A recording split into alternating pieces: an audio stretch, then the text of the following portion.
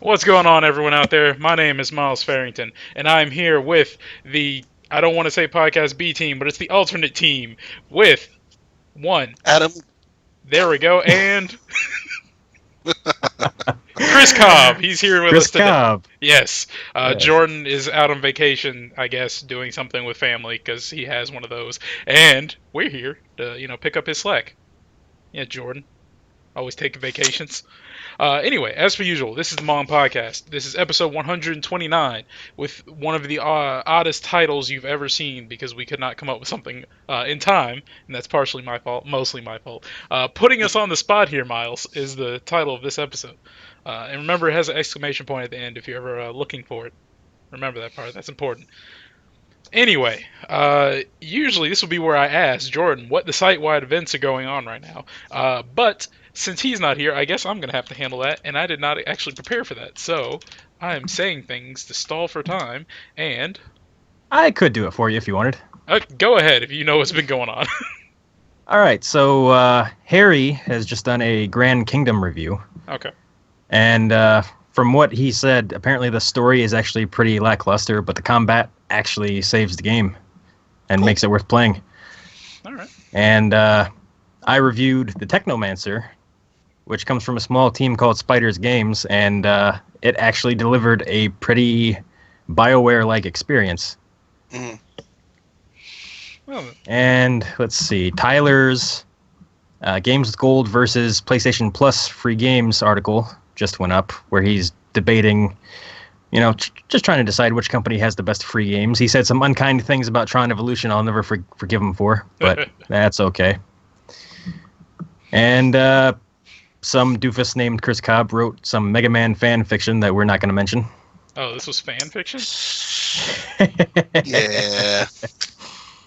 All right. And I think that's pretty much it. Hey, we're always recruiting. You want to write with us? You want to make videos for us? Get a hold of us. Oh, yeah. Wait, oh, okay. Recruitment is right there. Okay. I was about to say, how did that get moved out of that slot that's supposed to be there? But yes, as Mr. Leonard was saying, we are always looking for more people, and we'd love to have you on the team. So if you're looking to write, make videos, record things, if you're looking to play on our Let's Play channel, whatever you want to do, we'd love to have you. So if you want to stream under the Mong banner and people think you're rude because you're like Mong XX, Mr. Kills You XX, because that's a believable gamer tag these days. Yeah, I Sadly. know. It's not good, but it's believable. Then please get in contact with us if you're watching the YouTube video or if you're on any of our podcasts. There should be a link to it at the bottom, so check that out. But moving on, what has been going on this week, gentlemen? Adam, you always go first. What you been playing on? What's been happening? I actually got stuff to talk about this week. I beat Odin Sphere. It was awesome. Go play that game. It's like an underrated treasure. Uh, Picked up and within 2 sessions beat Inside, which just came out this week. Inside is the newest game from Playdead, who are also responsible for Limbo. I've heard good It's a things. really Yes, it was very good. It's a cool little puzzling platformer, and yeah, it's just really neat. It's really atmospheric. It tells a story without dialogue. It is definitely worth a check out. You're basically playing as this little kid who sneaks into some kind of weird government-looking like facility. You don't really know what's going on there until you get deeper and deeper in, and it kind of tells a dark tale of what's going on. So that's definitely worth a check out. I'm also just started playing Far Cry Primal. I'm a little too early in it to have much of an opinion about it. Mm. And so that's the bulk of what I've been doing video game wise. I also because we never really get a chance to talk about these kind of things, I picked up a Amazon Fire Kindle thing, and I got the Comixology app, so I've been reading some comics. I was super excited to find out, like, my favorite creative team had a new comic out that I wasn't aware of. My favorite, probably, creative team is Jeff Loeb and Tim Sale. They're responsible for Batman, The Long Halloween, among many other things. All right. But they had because basically what they do, like what their kind of specialty is, and the kind of what they do, and they do very well, is they tend to do like visit iconic superhero characters and usually do like kind of year two stories for them, and specifically a lot of them really kind of examine like the relationship between said superhero and like other important characters in the universe. For instance, they did years ago a really excellent one called Spider-Man Blue that takes a look at Spider-Man's relationships with both Gwen Stacy and Mary Jane. Mm-hmm. But they recently just released one end of last year called Captain America White. That's a look at like Captain America's relationship with Bucky. It's really fantastic. I also read the first novel or the first collection of Lock and Key, which is really interesting. I tried to get into that, and that was when I was younger, and my mom found the book, and she was not happy because she also happens to be a school counselor. But anyway, that was an awkward moment. But if anyone doesn't know, that story begins with two unsettled teens murdering their was it school counselor? I think it was, right? Yeah. Yeah.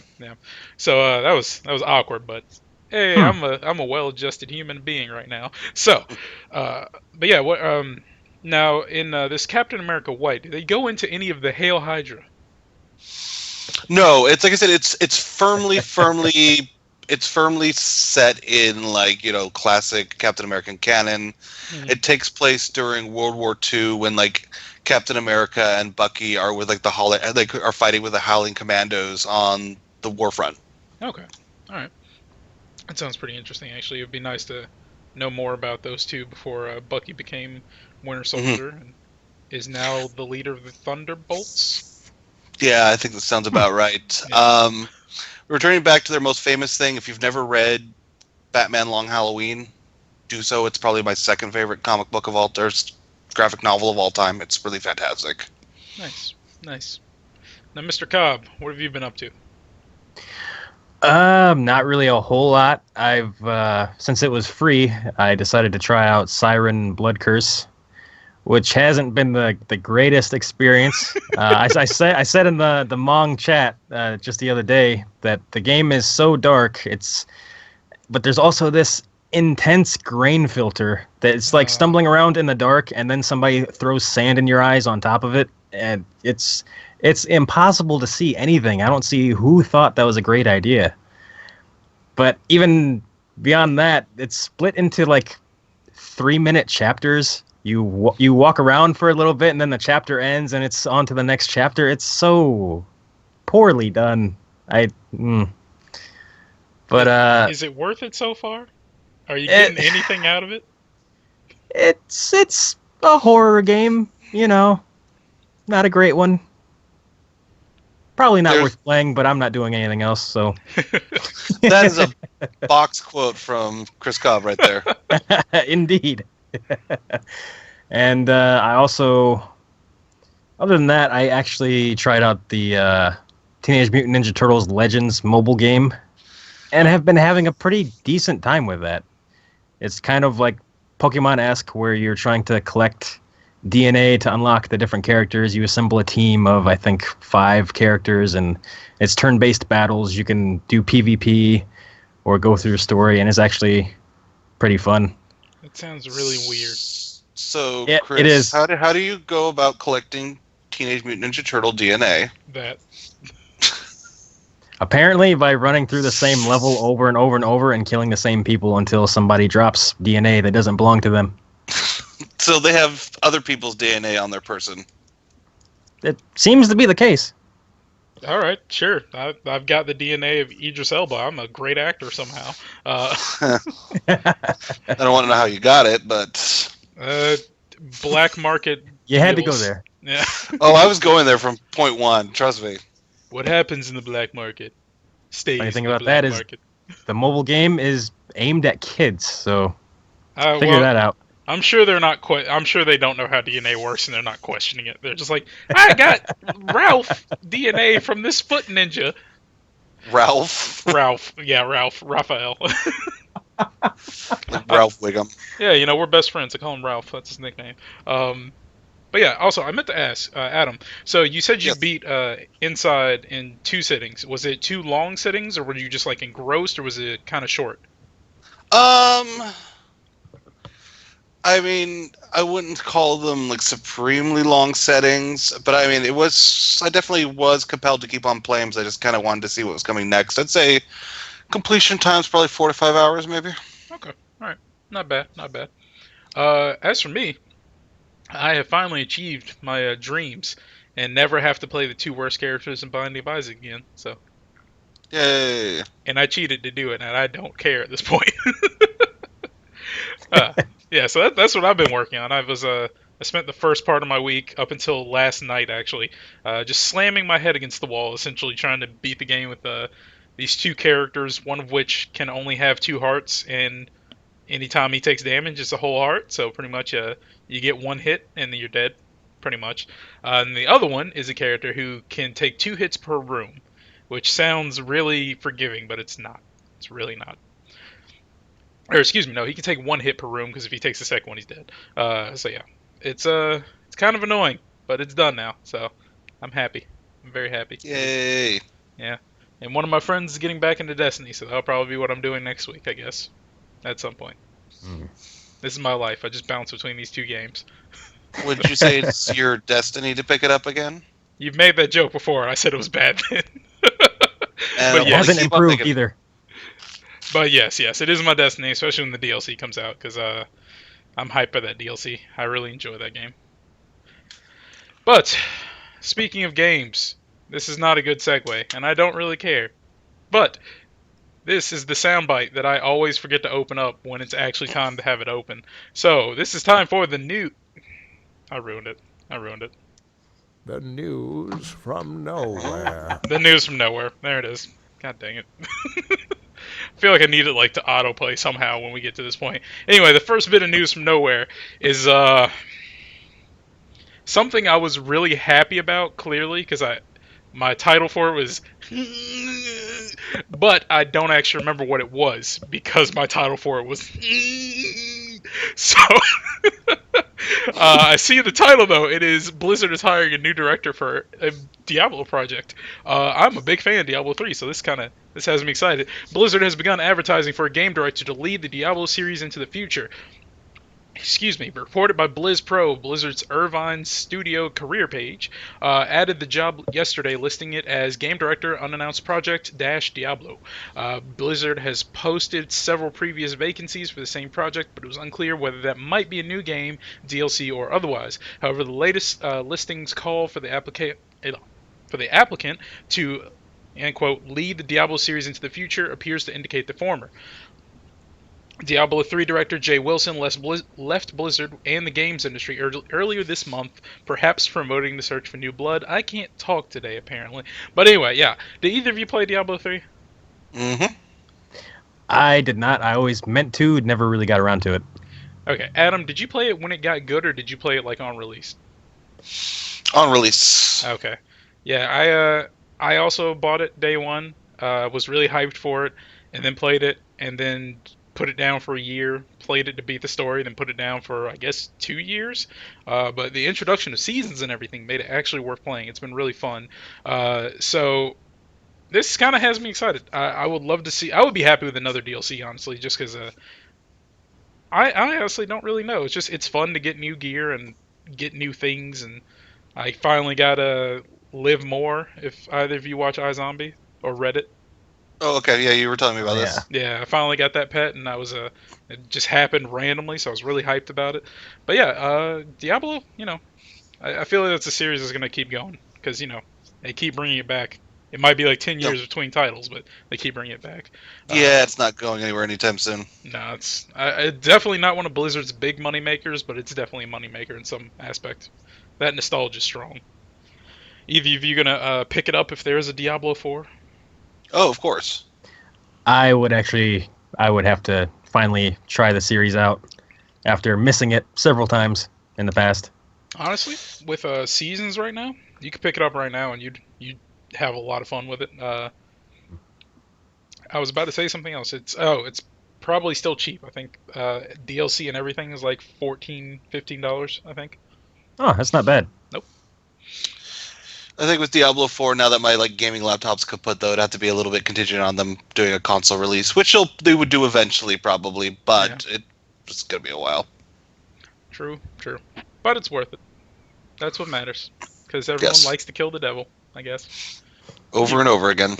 Yeah, it is kind of like, come on, guys, give us a new boss. He just keeps coming back. I know it's named after him, but come on. Yeah, obviously these adventurers are not doing their job that well. Nah. The Nephilim are failures, even though they kill this dude consistently. Or is it him that's a failure because he keeps getting resurrected and then keeps dying? I think it's that one. But anyway, speaking of resurrecting and dying, Adam, make that into a segue somehow. Pre-orders for PlayStation VR have died because they're all sold out. The final wave of PlayStation VR headset pre-orders went live today, but they're already sold out. According to GameSpot, a GameStop representative said its entire allocation of PSVR units sold out, quote-unquote, within minutes. Sony said yesterday that there won't be any more pre-order opportunities now, so if you haven't been able to pre-order, you'll have to wait until the full release October 13th. Yeah, so that's kind of interesting. I mean, that doesn't necessarily tell us a whole lot because who knows how many pre-orders they had, and that may just be them trying to build up the hype for the product. But I'd like to hope that maybe this is promising potentially a decent attach rate and some kind of lifetime cycle for this thing. Yeah, it would be nice to know that this actually will be a success and that it won't die pretty much upon release like PlayStation Move did. Mm-hmm. Because it would be pretty great to get more than 2 games for the VR headset. So hopefully this is a good sign of things to come. Well, you heard at E3 they're going to have 50 out before the end of the year. That's true. And some of them actually look like they're going to be fun. Unlike, PlayStation Move and the other thing, Connect titles. But yeah. It's nice to see that people are, I guess, supporting it highly. I am definitely interested. I am going to be taking a trip up to Portland next weekend, and on my itineraries, I'm going to go to one of the Best Buys where they're demoing it.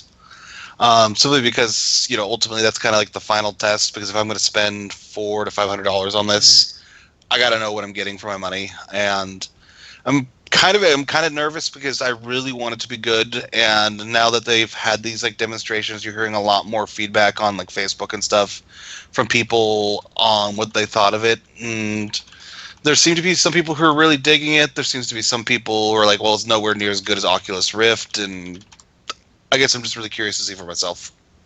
Yeah, it seems like the people who have been able to try Oculus before PSVR didn't really take to PSVR as well. But if it's the only one you've tried, it's probably like mind-blowing for your first VR experience. And I've demoed Oculus Rift, so I'm going to be in that group of people. Yeah. I feel like PSVR is not going to be crap. I don't think that. I kind of want to get one. And if I had all the money in the world and, a big house that I had like just an empty room for, I would like to get like an Oculus and a PSVR, just because why not? All the games possible.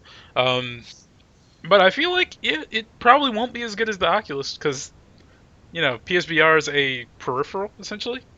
Not to speak ill of it, but it is a peripheral, so it's like I don't think it's going to be as good as something that's a dedicated platform. But of course, I haven't tried the PSVR yet, so I'm basing this off of what I had to do with the Oculus. And I mean, what do people expect? One of them's also running on a beast mode PC, the other one's not. Mm-hmm. Yeah. And we have a question in the chat. Oh yeah, do we know how well PSVR will work for people who need glasses? Since 3/4 people here are wearing them. That is true. Yeah, good point. I can speak to that because I've read, I've been kind of reading reactions. From some of what I've read, that people who have played around with multiple ones have said that the PlayStation VR is probably the most glasses friendly. Mm-hmm. Though the thing for me is I'm kind of nearsighted, so like I need glasses to see stuff far away, and so really, at least when I did the Oculus Rift, I did it without glasses because I mean, if the screen's like literally right there, that's not so much of a problem for me. That's a good point. I actually never thought about that, mainly because I don't wear glasses. But right, yeah. So it's just like the kind of vision impairment I have. I don't think is going to affect my playing experience because as far as I can tell, there's no reason why I can't take my glasses off. But my understanding is like the Sony VR is the most glasses friendly system. There you go. That's a gleaming endorsement from one Adam Leonard, saying that if you are nearsighted, you're good. Another box quote. Yeah. If you're nearsighted, you're good. This is the box quote episodes of the MONG Podcast. Oh man, but we're kind of like blazing through it today. We're on a warpath or something. Go ahead, Chris. What's your first story of the night? All right, so it seems the Batman Arkham Asylum and Arkham City remasters weren't really coming along as planned because they've been delayed now. And a representative from WB Games on their official forums really has only said, after reviewing the progress of the project, the team at WB Games has decided to delay the release of Batman Return to Arkham to give the team at Virtuous Games additional time to deliver a polished Batman Arkham game experience, said company representative Steve Grayson. Okay, I love that the guy's talking about a Batman game. His last name Grayson. Let me just get out of the way. We do not have a release date yet, and we'll be sure to communicate that once we are sure the game will be ready. Now, I wonder if this is because, I don't know if you guys heard too much about it, but there was a not insignificant backlash to the initial trailer for this remastered release.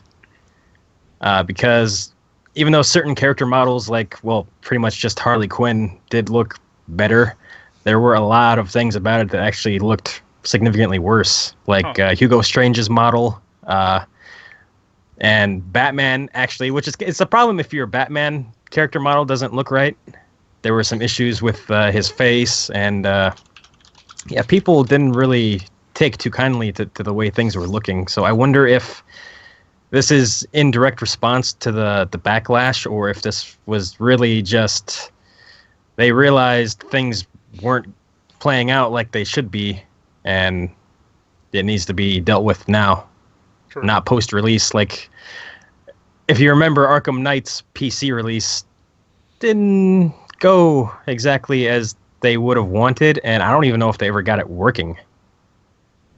So, I don't know, actually. I know they had taken it down off of Steam. I don't know if it ever got back up there. And they had given out a lot of refunds for it. Yeah, I tried to get one, even though I never bought the game.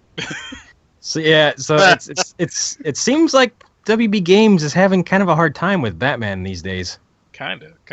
Oh, and to clarify that, I didn't buy the game. They gave it to me for free with my graphics card, and I really didn't want it. So that's why I tried to do that. But not to speak ill of this, because it's never good to have, I'm not going to try and say, oh, it's great that these people are having trouble with their jobs. That sucks.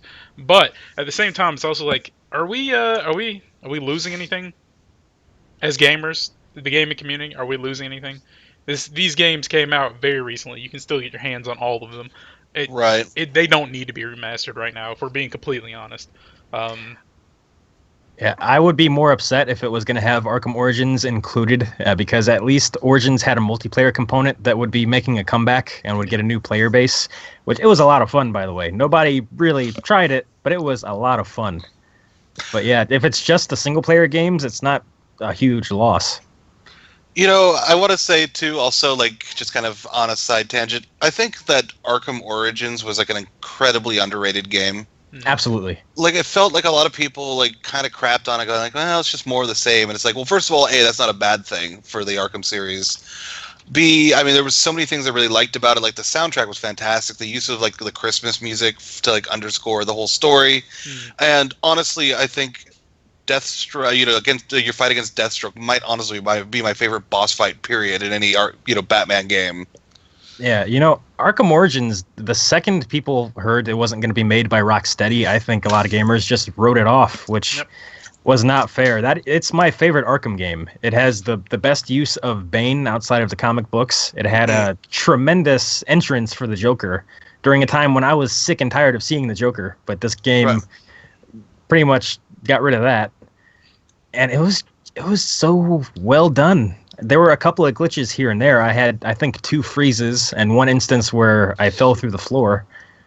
But I just reverted my save to the last checkpoint and kept going. So there was nothing technically wrong with it. Just people didn't want a non-Rocksteady Arkham game. Yeah, I really think you're right because like I said, I really enjoyed it. Yeah. That's always a black mark for any game series when it's like we've had 3 really good ones and then you give it to somebody else and no one even if it comes out and it's like 10 out of 10 these guys did an amazing job with it, people are still going to be like it's not the same, Yeah. which is really really stupid. But we know as gamers that a lot of gamers have weird biases for stupid reasons. Like, I'll never play PS4 even though it has a game that's really good on it that I would like to play because X, Y, and Z. Lord Jesus Christ did some fact digging for us. Arkham Knight is on Steam right now. It's usually $30 and it's $15 right now because summer sale is going on. So if you've got money, go pick it up. You've gotten two good reviews from 2 people. There you go. Yeah. But yeah, so I mean, I guess we'll see this eventually. If not, like I said, in my opinion, it doesn't really matter if we don't. But, Yeah. But you know what else has been stolen from someone? Like this remastering was stolen from the hands of gamers. Yeah, I know, horrible segue, but that's what I'm known for. Bad segue, Myles. Anyway, Ford. Yes, the car company, we're talking about them right now, blatantly ripped off Campo Santo earlier this week, and they didn't really... Have they replied about it? Not just yet. Okay, so, Campo Santo's Firewatch falls into the subgenre of action games known as walking simulators. Yeah, I told someone last week, that is a genre now. Someone didn't believe me and I told them. During the game's story, you explore the Wyoming wilderness on foot. At no point do you drive a Ford vehicle, which is what makes the new advertisement so strange. That's very valid. You can see the original art above, and if you don't, of course you can't see what I'm looking at. I could put it in the thing, but that'd be a lot of effort for one story. But anyway, you've definitely seen the Firewatch artwork of the tower with the birds flying away from it, and so the trees and the mountains in the background. You know, very red scale, very pretty. But that artwork was blatantly stolen and used in an advertisement for Ford's Freedom event, and they put it on Twitter and everything. And yeah. The reactions have been kind of interesting. One tweet reply was, remember when Henry and Delilah were excited about the Ford Freedom Sales event? Because, you know, that definitely happened. Campo Santo's Sean Vanneman took to Twitter to put a fine point on this, making it clear that Ford's use of Firewatch artwork is unauthorized. His tweet was, come on down to the Quirk Ford Freedom Sales event, where you're free from such things as copyright and infringement. Yeah. The studio doesn't have a comment, but we reached out to Quirk.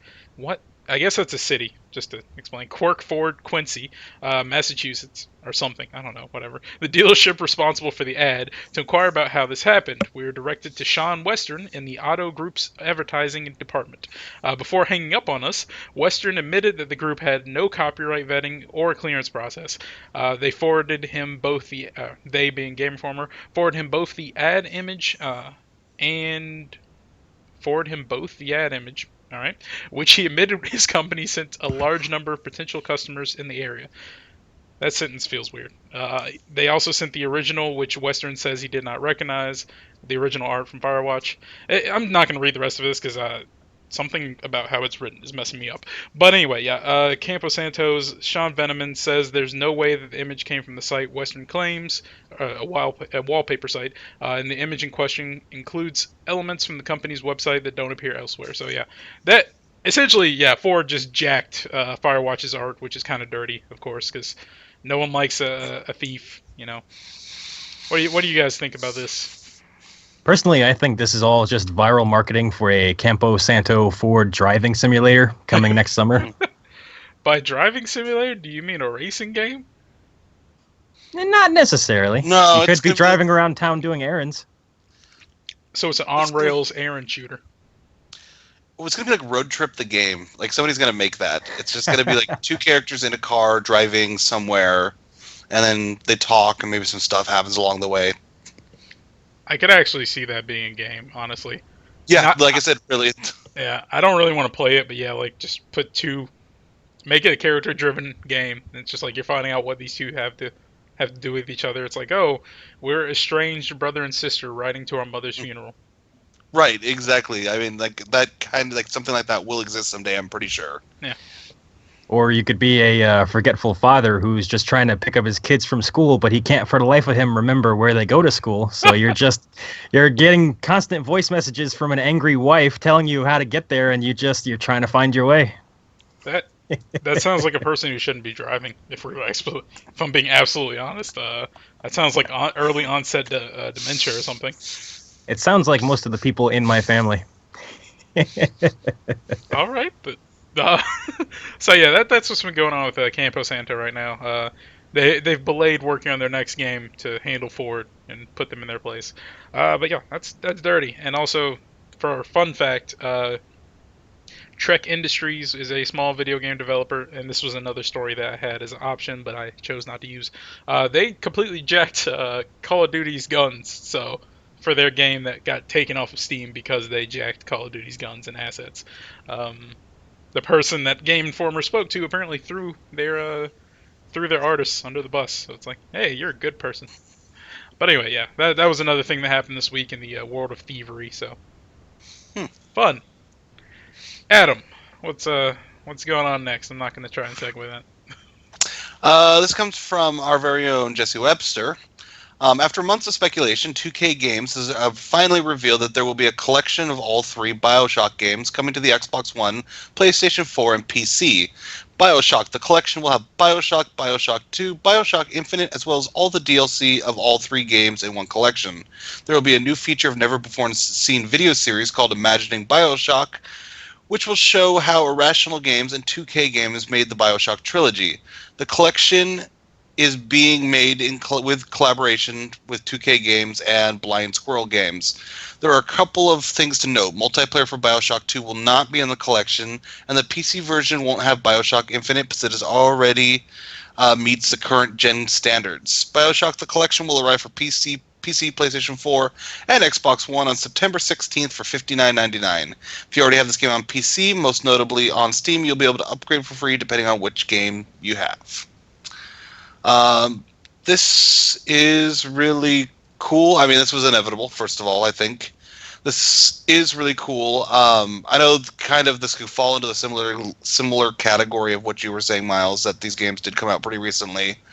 Except I kind of feel that BioShock is a game that deserves to be preserved and curated. It feels like BioShock is like the kind of video game that should be submitted to like the Library of Congress type of thing, because I think it is one of the greatest video games of all time. And so I think it deserves it just deserves some love, and a fancy new package sounds kind of great. Well, I can't condone it, but yeah, I mean it's nice, and the one thing I like about this, I will go ahead and say, is I like that it's not really a trend yet, because the only 2 games I've heard of doing this are Skyrim right now, which I still don't think needs a remaster, and the BioShock collection, where if you own them on PC, you can upgrade for free, which is like, that's cool.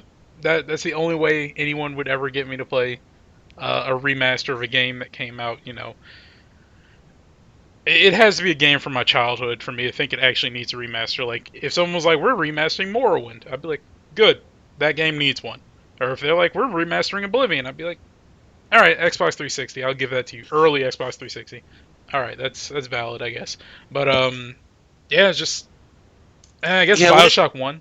But yeah, when it because BioShock 1, I mean, so it's like about it's going to be over 9 years old at that point. So, I mean, note that I'm making less of an argument for BioShock 2 and 3 here. I'm specifically focused on BioShock 1 simply because I think it was kind of groundbreaking. Mm-hmm.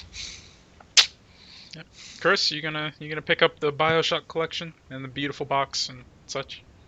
No, I didn't. I'm in a vast minority. I did not enjoy the first BioShock and never checked out the others.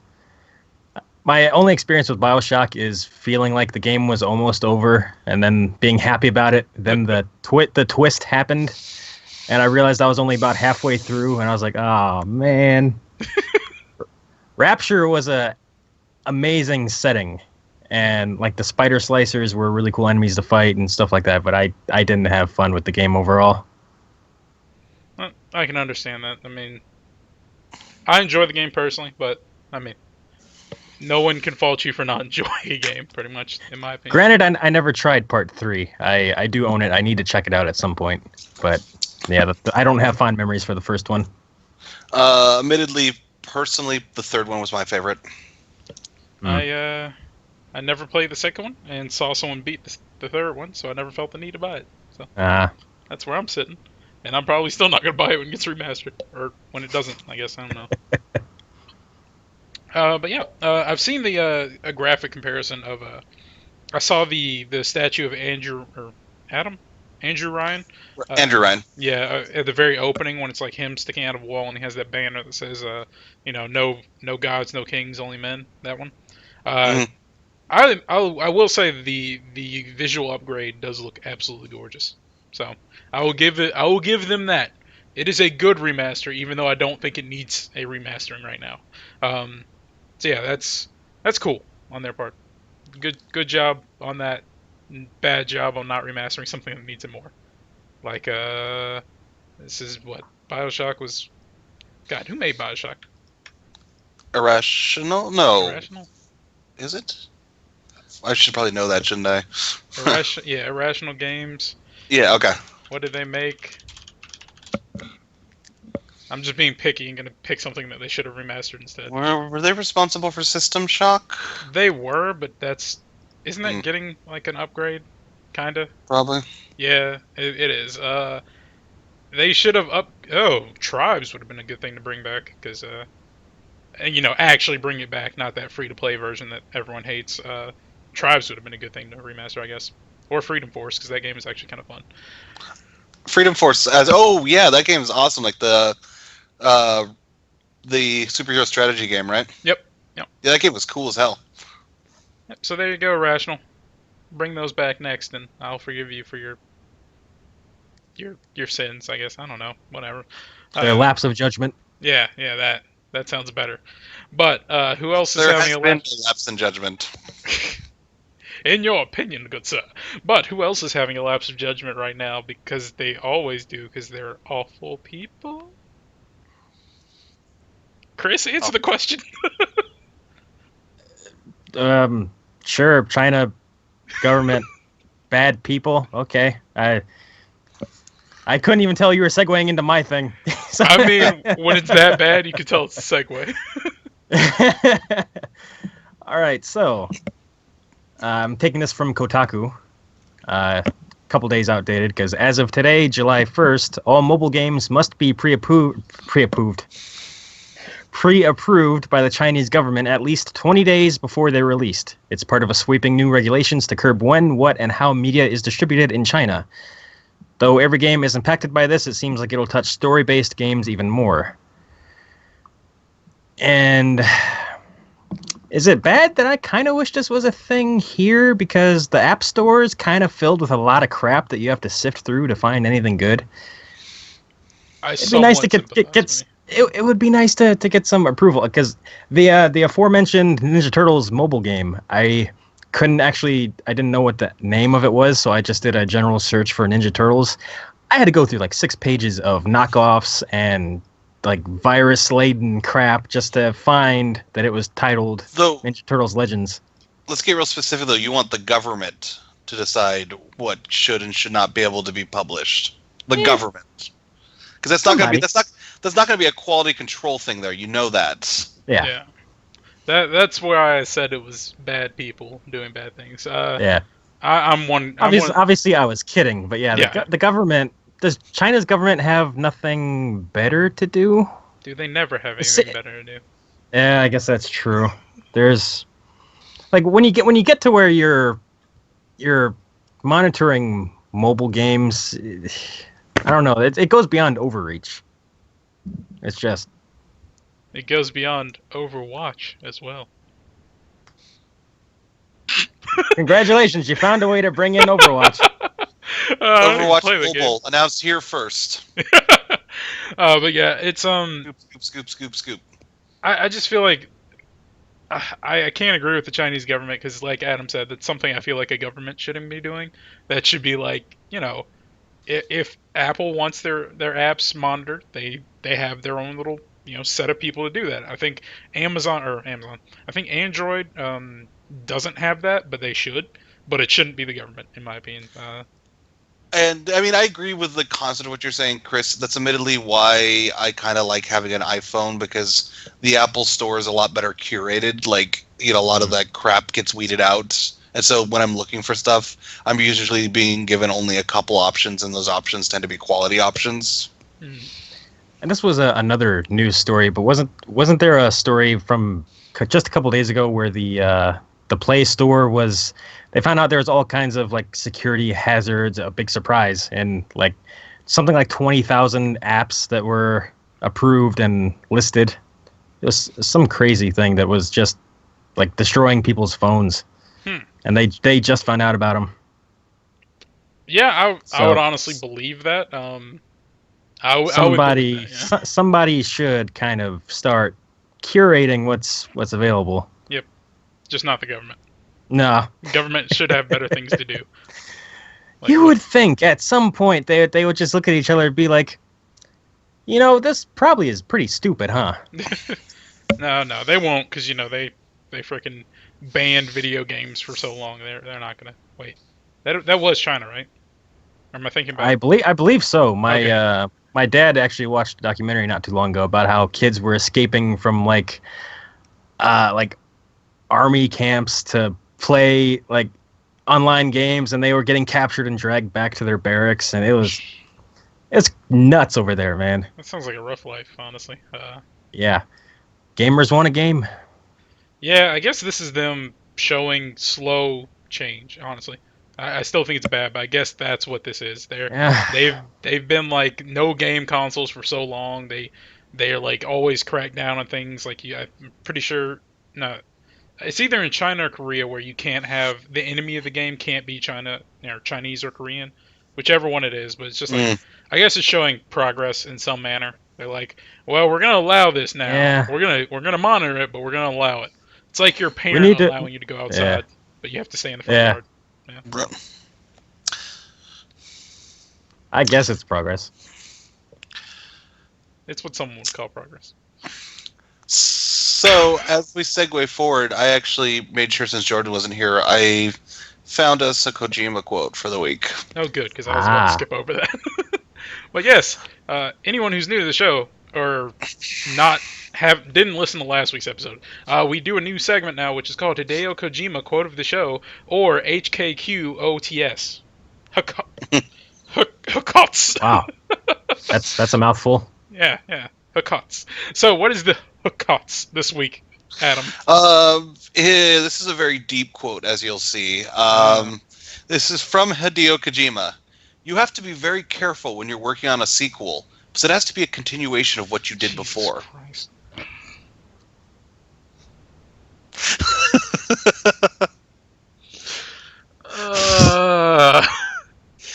That stuck out to me. Because I read that, I'm like, well, yeah, what do you think you're going to do?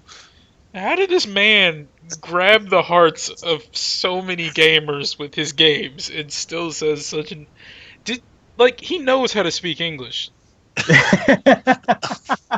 Does he? Does he really? He does, and I don't know why he says the things he says, because they're so dumb. Well, it's not even like an excuse, because this might very well be interpreted from whatever language he will, from Japanese too. I mean, it's like, one way or the other. He's saying this stuff. That's what I'm saying. Like, he knows how to speak English, so he's saying these things, but I thought he was not necessarily fluent, but I thought he was solid. I feel like I've heard him speaking English before, and honestly, I'm the kind of person that if they're doing an interview at an E3 or something, and it's a Japanese speaker, and they're having somebody translate, I usually won't watch it because I don't want to listen to that. But I'm pretty sure I've listened to him do interviews before. I'm like, okay, I understand you well enough that I want to listen to this. But Jesus, if you're making a sequel, it has to be a continuation. Well, at least we'll have a quote every week. Yep. Yeah, we will. No shortage. Yep, Hideo's gonna say something every week, and I'm gonna think it's dumber and dumber every time. Now, to be transparent, he didn't say that this week. I just found Oh, there are several things online that are just like compiled quotes of Hideo Kojima. oh, okay. Well, great. That means we have a backlog to go through. Yeah.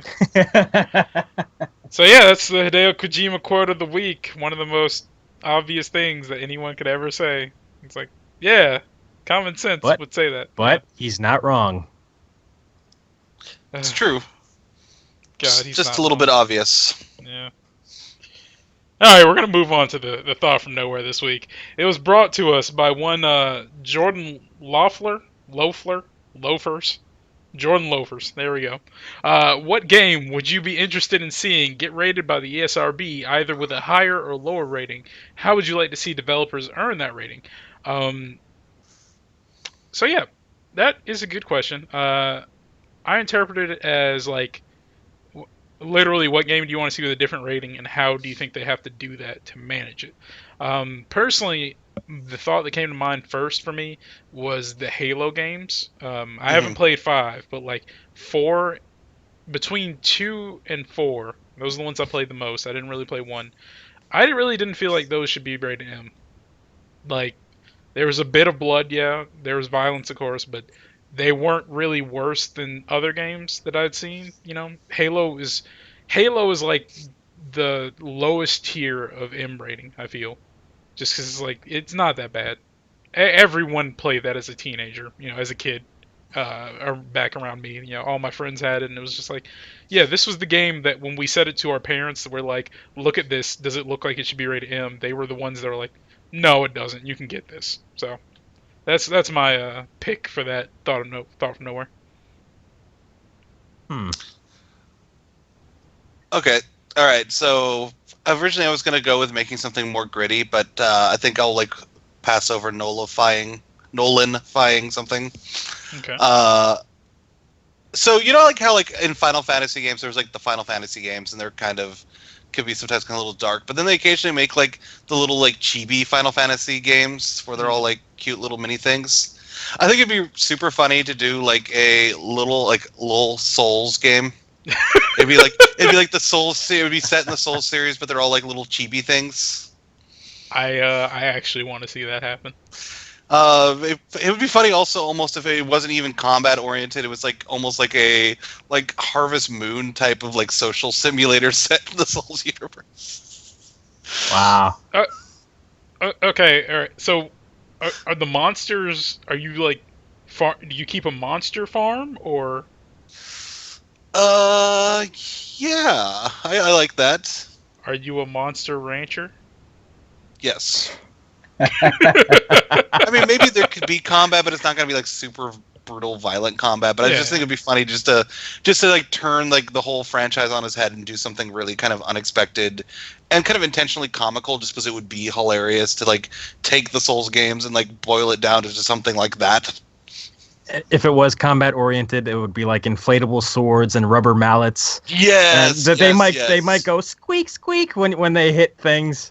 I wouldn't mind playing that actually. It reminds me of Twisted Metal when they did like the remote control like car Twisted Metal where all the characters were little kids in a sandbox.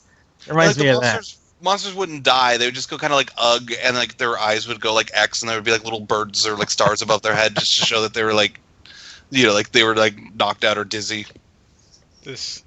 That could work. This would be a mobile game. Let's be honest. It would be a fun mobile game, or a handheld, game. Yeah, but that would be perfect for 3DS. I would actually probably play this. Yeah, I enjoy Souls enough. I would play this. I would be so curious how they would make all those horrible things look cute. Like, let's think about like the blood-starved beast or something when its head opens up. I think is that the right boss, or is that Vicar Amelia? Yeah, you're thinking of the right one. Okay, yeah, when blood-starved beast like head opens and like, or like Saint Beast Parl, I think the electric one. Yeah, like how do they make those cute? Just like, oh, it's a giant skeleton thing with a lot of electricity, and it's gonna kill you, but it's cute while it's doing it. And then like you would like harvest their souls, and I think you'd like plant their souls, and then like the souls would like grow into like Flowers. yeah. Oh, this is the Saint Beast Parl flower. It protects itself from predators by electrocuting them.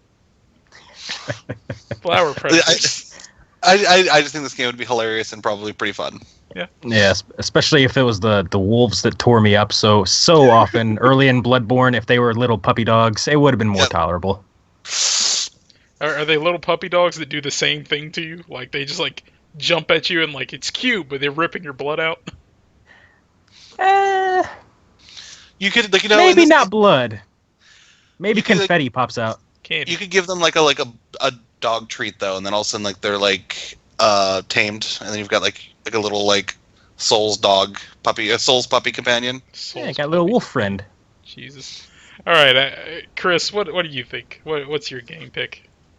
All right, so my first thought was to do a gritty kind of Star Fox game because I don't know if either of you are familiar with the Game Theories channel on YouTube, but there's a couple of Star Fox videos he's done talking about the very grim like outlook in the original Star Fox like artwork about how all the characters had obviously their legs had been amputated and replaced by robotic legs. Yep. And all that to deal with like the G-forces and everything. And it would be interesting to do like a really dark, gritty, sort of very well done story-based Star Fox game that delves into the things they sacrifice to be pilots and the killing like the main enemies, the other pilots was a little bit more gruesome. And I don't know. I think that would be really. It'll never happen because it's Nintendo, but it would be an interesting thing to see. I think that's where my mind went. You started talking about like mature Star Fox. I was just thinking like the furry community would just have like a fan day with that. Oh God, no! Don't say that. Why you got to bring them into this, man? Don't say that. Listen, Crystal will sit that game out. She will. No. No, we're not thinking about that. But I also kind of want to see like an M-rated Pokemon, not for the furry reasons, but I always say this, and I know what the Thought from Nowhere next week is going to be, and I'm going to say the exact same thing. I really want to see Pokemon go into the darker things about Pokemon, like why are there no kids, or why are there no middle-aged adult males in the first game? Why are there Pokemon that have the faces of when they were still alive and they carry them around? And why is there a Pokemon that just drags kids off to hell? He actually does that. That's in his description. He drags kids to the underworld. It's like, are we not addressing that? We're just, oh, it's so cute. It's a balloon that kills kids. Oh, that's so cute. That and also just like, I feel like there's so much potential for something like adult in that game, just because like everyone that says they're cute, but Pokemon are really horrifying. Like I would never want to live in that world. A legendary could just decide to just screw up my town one day and destroy it. So it's like, all right, kids, get ready for the next set of Pokemon games: Pokemon X and Pokemon Y God Y. Yeah. Pokemon Blood and Pokemon Marrow. I don't know. But yeah, I mean the mature overtone or undertones, I should say, have been there in Pokemon from the beginning, like you said. I mean, like Cubone wearing the skull of its mother. Exactly. That's some dark stuff right there. Yeah. And I was also thinking like the manga for Pokemon. I don't read it, but I've read like bits and pieces of it. Mainly the bits and pieces like where I think in the first chapter, like someone's Arbok just gets cut in half. Like that just straight up happens. Wow. I forget who does it. I think Charmander uses a scratch on it or cut on it or something, and it just chops it in half. I never knew that. Oh, okay, yeah. Pokemon die in the manga.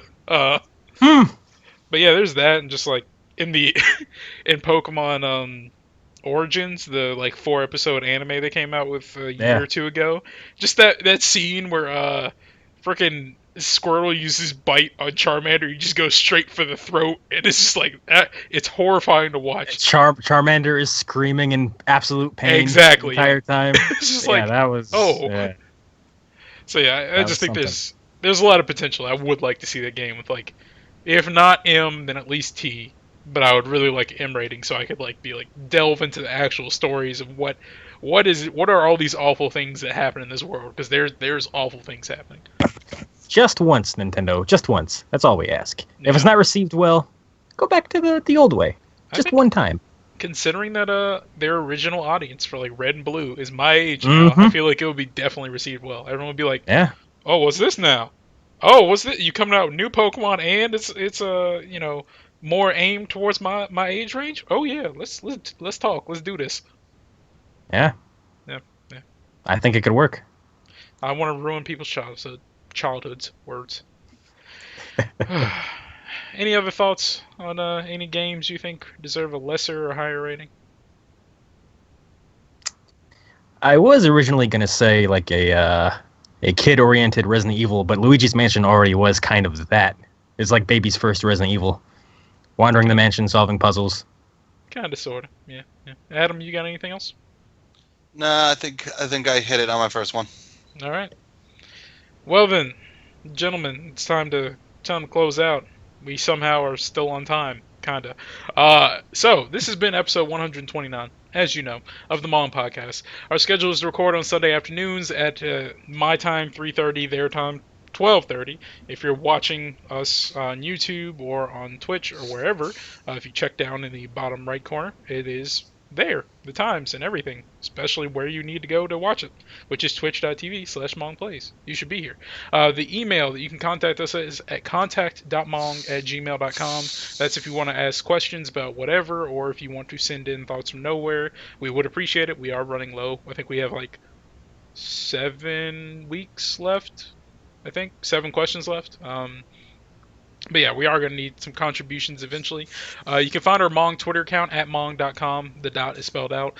You can find us on YouTube at Mong Network. That's where all of our podcasts go up. So that'd be like Mong Podcast, Friendly Neighborhood Fanboys, and Middle of Nowhere Gaming Plays is where all the Let's Plays go up. So that's all the Let's Plays, like PlayStation Plus You and Me, which I believe this month's game was that NBA 2K16? Yes, it was. Yeah. So that's where the some of the Mon crew picks up one of the PlayStation Plus games. They're free for the month and play it together, and fun hijinks ensue. If you ever wanted to hear Jordan get really drunk and then try to impersonate Shaq, listen to that Let's Play. Shaq already talks like he's always drunk, so Yeah. like don't get me wrong, I love Shaq, he's hilarious, but yeah. Yeah. Our Twitch channel, which is where you should be when we're live, or when there's a Let's Play going on, or when anybody's here. Why not? Is Mong Plays. So twitch.tv/Mong Plays. That's where you can find us. You can also find us on Facebook, Tumblr, and Instagram. Search up Middle of Nowhere Gaming. Check out our website, which is, of course, say it with me, middleofnowheregaming.com. That's where everything is. So anything we put up, aside from Let's Plays that happen on the channel, because sometimes those aren't recorded and put on YouTube. But if you're looking for our editorials, the news, reviews, the Mong Podcast goes up there, Friendly Neighborhood Fanboys goes up there, everything we do pretty much goes up there. And if you want to be in the know, or not be in the know, but if you want to help us out and keep the website up and going, because that is not free, we have a Patreon as well, which is Middle of Nowhere Gaming. We appreciate anything you can do to help us out there. And if you can't, we just appreciate you listening or watching or chatting with us while we're streaming, whatever. We appreciate all our fans. And last but not least, if you're looking to find us personally, these 3 people on Twitter, then you can find me at Furious Milk. I can't talk still. You can find Adam at Fanboy_Adam. And Chris Cobb is CD_Cobb. Yep. And as per usual, we want to thank you, Chris, for being with us since Jordan is off living a life and doing things that we don't know about. No problem. I'm always happy to help the podcast jump the shark. Thank you. I'm the cousin Oliver of the Mong crew. All right. I guess we'll take it. Anyway, it's been fun, gentlemen. And to our chat, of course, thank you for being here. Mong. Mong. I still need a better sign-off. Good night and good luck. Sticks and ropes. God, I keep forgetting that. I don't keep forgetting it. I don't want to use that. It's too BDSM-y. The sticks and ropes bind us. We could just take out the binding part, just sticks and ropes. We could.